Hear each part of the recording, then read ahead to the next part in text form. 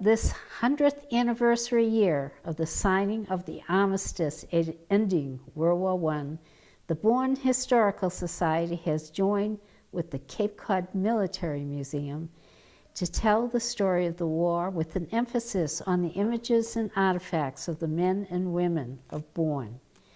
The Bourne Historical Society exhibit Showing Our Colors, Bourne in World War I, highlights the faces and stories of some of our Bourne residents who served in the war, using items donated by their families to the Society for Safekeeping.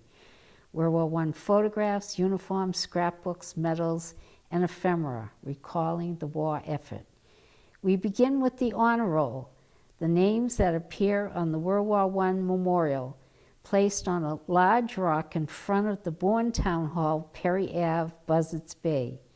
A copy of the program for the dedication ceremony of this memorial on July 4th, 1923, is included in the exhibit.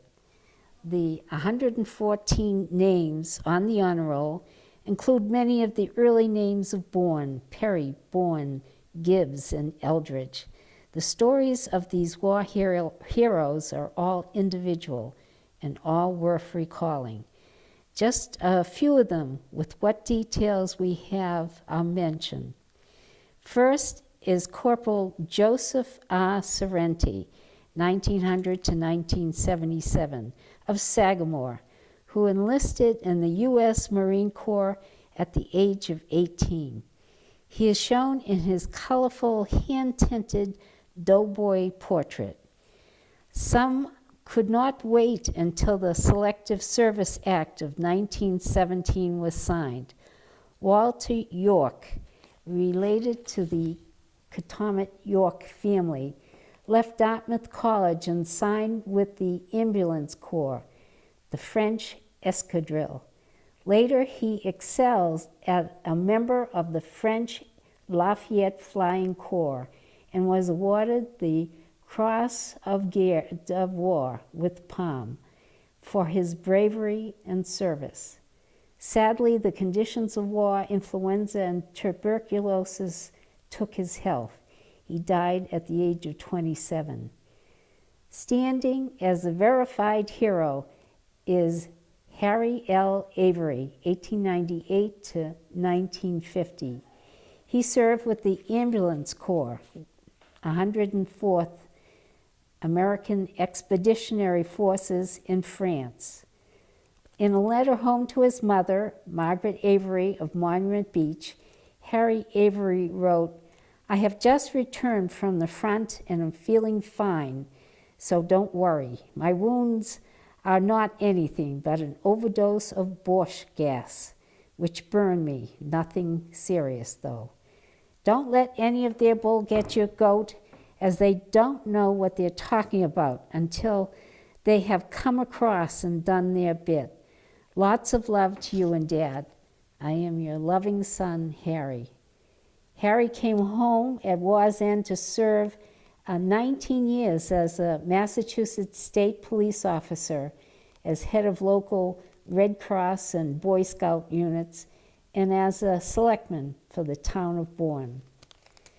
From the estate of L C Fuller came the photograph of Frederick W. Fuller, 1893 to 1984, in full uniform, stationed in France as a medic and hospital sanitation worker.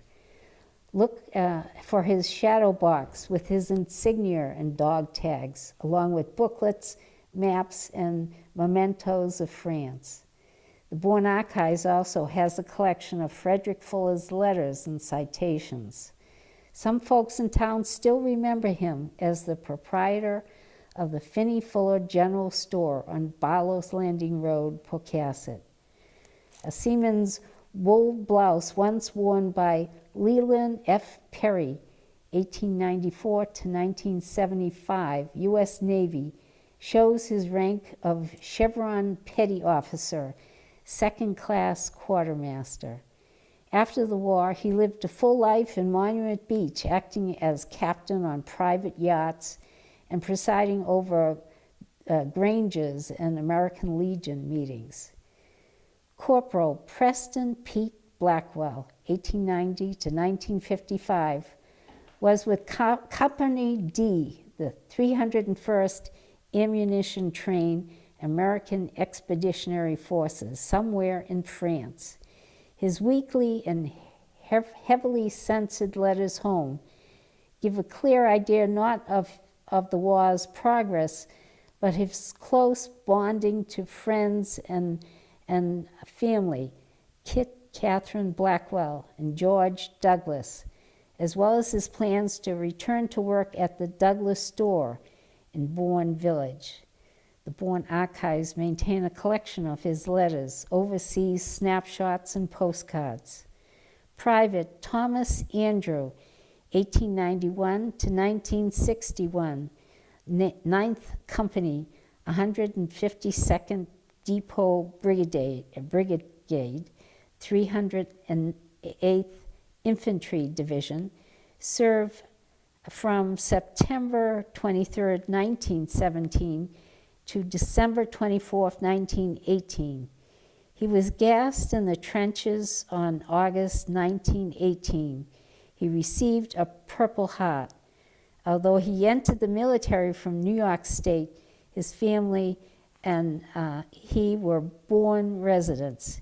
He is buried in Oakland Grove Cemetery in Bourne.